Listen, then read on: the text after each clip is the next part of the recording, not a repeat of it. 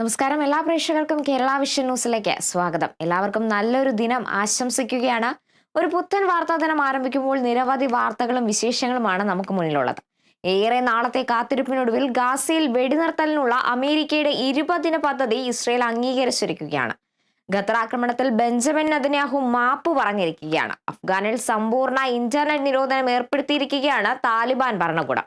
Internet അധാർമികമെന്ന് ചൂണ്ടിക്കാട്ടിയാണ് നിരോധനം ഏർപ്പെടുത്തിയിരിക്കുന്നത്. ജയിലുകളിലെ സുരക്ഷാ വീഴ്ചയും ഗോവിന്ദസ്വാമിയുടെ ജയിൽ ചാട്ടവും നിയമസഭയിൽ ഉന്നയിക്കുവാൻ ഒരുങ്ങുകയാണ് പ്രതിപക്ഷം. കൂടാതെ കരൂരിനെ പിടിച്ചുകുലുക്കിയ ദുരന്തത്തിൽ കൂടുതൽ അറസ്റ്റിന് സാധ്യതയുണ്ടെന്ന്.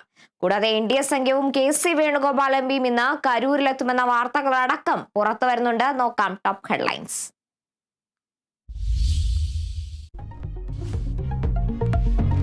ഗാസയിൽ വെടിനിർത്തലിനുള്ള US പദ്ധതി അംഗീകരിച്ച ഇസ്രയേൽ. തീരുമാനം ഡൊണാൾഡ് ട്രംപും നെതന്യാഹുവും തമ്മിലുള്ള കൂടിക്കാഴ്ചയിൽ.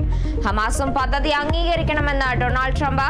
നിരസിച്ചാൽ ഹമാസിനെ ഇല്ലാതാക്കാൻ എല്ലാ പിന്തുണയും നൽകുമെന്നും മുന്നറിയിപ്പ്. ഖത്തർ ആക്രമണത്തിൽ മാപ്പ് പറഞ്ഞ് ബെഞ്ചമിൻ നെതന്യാഹു.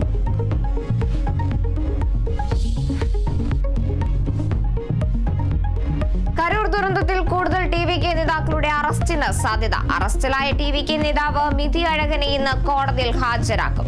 അറസ്റ്റ് മനഃപൂർവ്വമല്ലാത്ത നരഹത്യാ കുറ്റം ചുമത്തി. കോൺഗ്രസ് NDA സംഘങ്ങൾ ഇന്ന് കരൂരിലേക്ക്.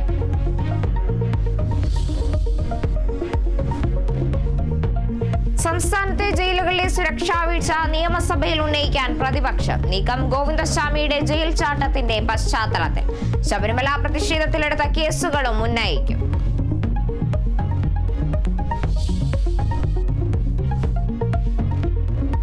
ഇടുക്കി ശാന്തൻപാറ പൂപ്പാറ മേഖലകളിൽ അനധികൃത നിർമ്മാണം സജീവം. നിർമ്മാണ പ്രവർത്തനങ്ങൾ പരിസ്ഥിതി ദുർബല പ്രദേശമായ മലനിരകൾ ഇടിച്ചു നിരത്തി. ശങ്കരപാണ്ഡ്യൻമേട്ടിൽ ചെങ്കുത്തായ മല ഇടിച്ചു നിരത്തി റോഡ് നിർമ്മിച്ചു. കുന്നിടത്ത് നിരത്തിയത് അനുമതിയില്ലാതെ.